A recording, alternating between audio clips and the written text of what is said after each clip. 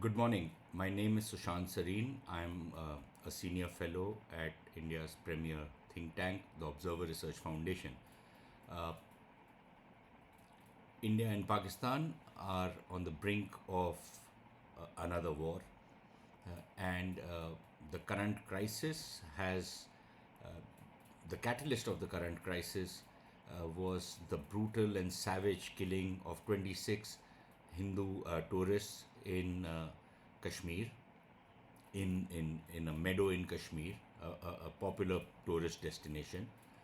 And since then, tensions have ramped up because India, which has been facing relentless terrorism, export of terrorism from Pakistan, uh, the cup of India's patience is full. It's brimming over. And there have been indications in the past that India is no longer ready to show any kind of a restraint, which everybody counsels, because while everybody around the world, the Western countries in particular, but also other countries, are quick to counsel restraint on India, none of them are either willing to call out the perpetrators of these kind of heinous killings in India, nor are they willing to take any solid action which will disincentivize or penalize countries which sponsor terrorism in other countries. And Pakistan has been notorious for it since the 90s, 1990s. Uh, Fingerprints of the Pakistani intelligence agencies and jihadist groups in Pakistan have been found in virtually every terror incident which has taken place anywhere in the world, from Morocco to the Philippines. And quite clearly, India has faced the brunt of it, and now India has reached the end of its tether. So clearly, we are walking the knife's edge right now in this region, and the anger in India is of a nature that I don't think anybody can really control. Now, the fundamental issue is that the Pakistanis, far from being contrite, are in denial. What they are trying to do is what they've always done, which is that initially deny uh, and, uh, and say that they had nothing to do with it, and in fact go a step further and claim that it was a false flag attack, which means that the Indians um, use some sneaky trick to massacre other Indians to blame Pakistan, so that Pakistan, which otherwise has a fabulous image in the world, and its people are most welcomed and its passport is the most popular passport in the world, we besmirch Pakistan's image. And to do that, we kill our own civilians, we destroy iconic hotels in Mumbai, etc., etc. And this has been a standard Pakistani procedure. So first is deny, and then try and blame the victim for the attack on the victim. Then the effort is always to try and defy, uh, and the defiance comes from this thing that fine, we are a nuclear power, and the moment India tries to do something, we will launch off our nuclear weapons. And this is not just a threat to India, this is actually a threat to the world, because if you read Pakistani literature, the Pakistanis say that look, uh, if we attack India, India will attack us, and then this whole world, the nuclear exchange between India and Pakistan is going to create problems for the entire globe. So, uh, we hold, literally, we are in a position to do a nuclear blackmail to the rest of the world, because the kind of dust clouds that will be thrown up in the event of a nuclear exchange, or there are some people who claim that it could start even impact on the Earth's axis. Now, I'm not a technical person, so I can't vouch for that. But this is the Pakistani logic that not only they can hold India to blackmail, but they can hold the world to their nuclear blackmail. And clearly, I think any country which responds in such a cavalier manner, or such an irresponsible manner that uh, they waive the nuclear threat at the very first instance. And this is not people on the street or screaming anchors on television studios who are saying this kind of stuff. diplomats who are giving interviews. These are politicians, and these are mostly retired uh, Pakistan military personnel who should probably know better on what the Pakistan military's policy has been, because Pakistan at the end of the day is a state which is run by the military, it's owned by the military, it's a militarized state, it is a state of the Pakistan army. The civilian government counts for nothing in that country. So I think it is critical that people understand the kind of nuclear blackmail which is being used, and I would imagine it's the world's responsibility, because the threat is to the world. I would imagine it's the world's responsibility to actually start taking action on this particular matter. The second and more critical issue, or equally critical issue, is the issue of Islamic terrorism that emanates out of Pakistan. Now, Pakistan has been put under pressure, it has come under scrutiny, FATF, many other such organizations.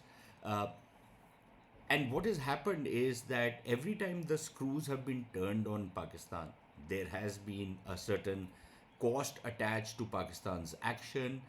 People have forced Pakistan to start cleaning up its act.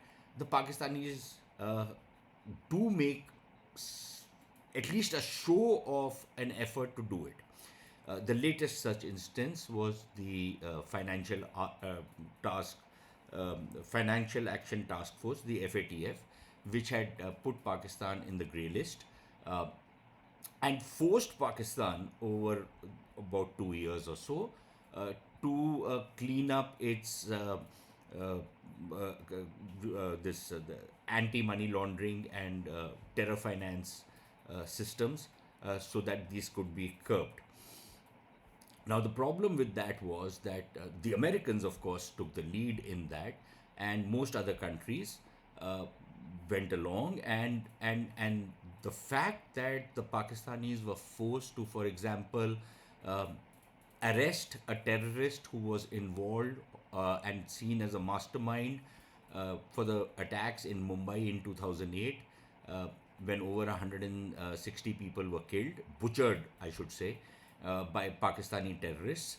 Uh, so this man, Sajid Mir, was finally, Pakistan was forced to finally come clean on the guy. Now, the Pakistanis were playing a completely duplicitous game with the international community. Incidentally, this fellow Sajid Mir, who is a top leader of the Lashkar-e-Taiba, the same organization whose front organization, the resistance force, was responsible for the massacre, the recent massacre in Kashmir.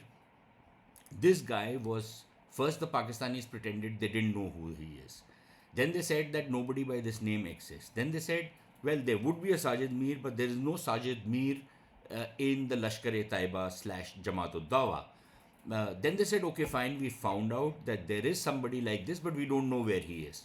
Then they said that we've tried to find his whereabouts, but we believe that he is dead. Then they said we've also discovered his grave. They even brought out DNA samples from the grave to prove that the dead body in that grave is of Sajid Mir. But finally, when the FATF did not relent, Sajid Mir suddenly re-emerged, alive and well. He was tried in a court of law, and within 1 week, he was punished. And that does not say that the Pakistani criminal justice system is very fast, but that this was a sham trial. So they put some charges on him. Within 1 week, this case was settled. The man was sentenced to 7 or 10 or 15, I don't remember, some years in prison, and that was the end of the matter. Now nobody knows which prison he is in, what the charges exactly were against him, what the case files are. Nothing. There's absolutely nothing available. So this is the kind of eyewash action that Pakistan takes, and it is allowed to take this action because the international community has turned a blind eye to what Pakistan has been doing.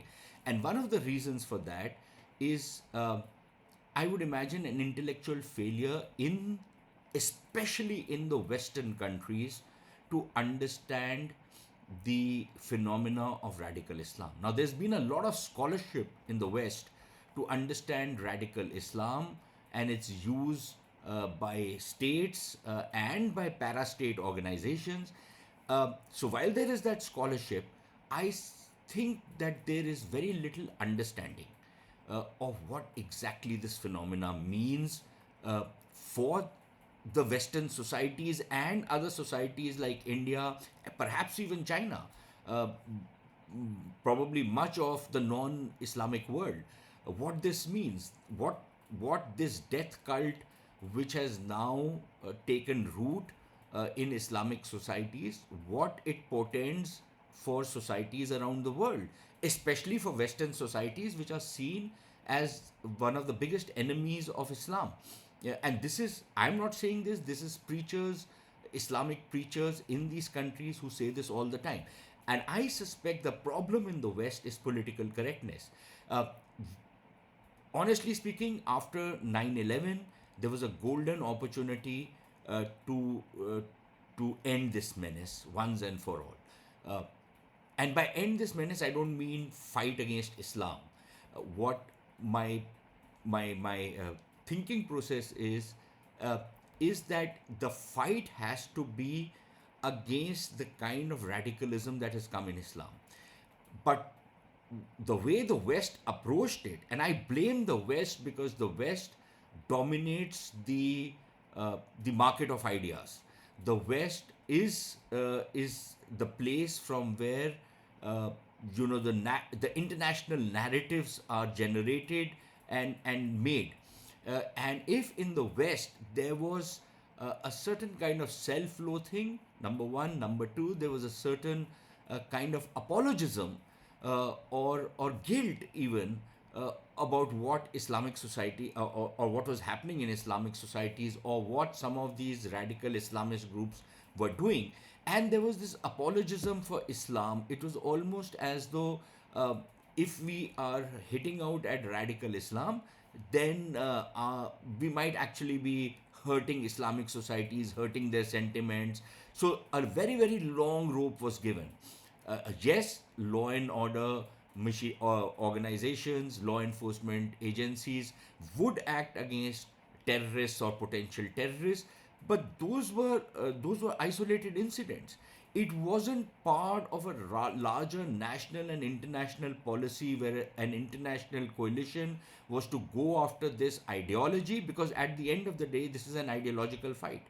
And I'm afraid the West has failed it. So today, the West can very easily turn around, as many countries are doing, and say that, well, the West does not have a dog in the fight between India and Pakistan, so, well, India and Pakistan can sort it out, as President Trump said that, they've been doing this for 1500 years, and we don't really need to intervene in this. Fine. Uh, but remember one thing, that uh, this is not just India's fight.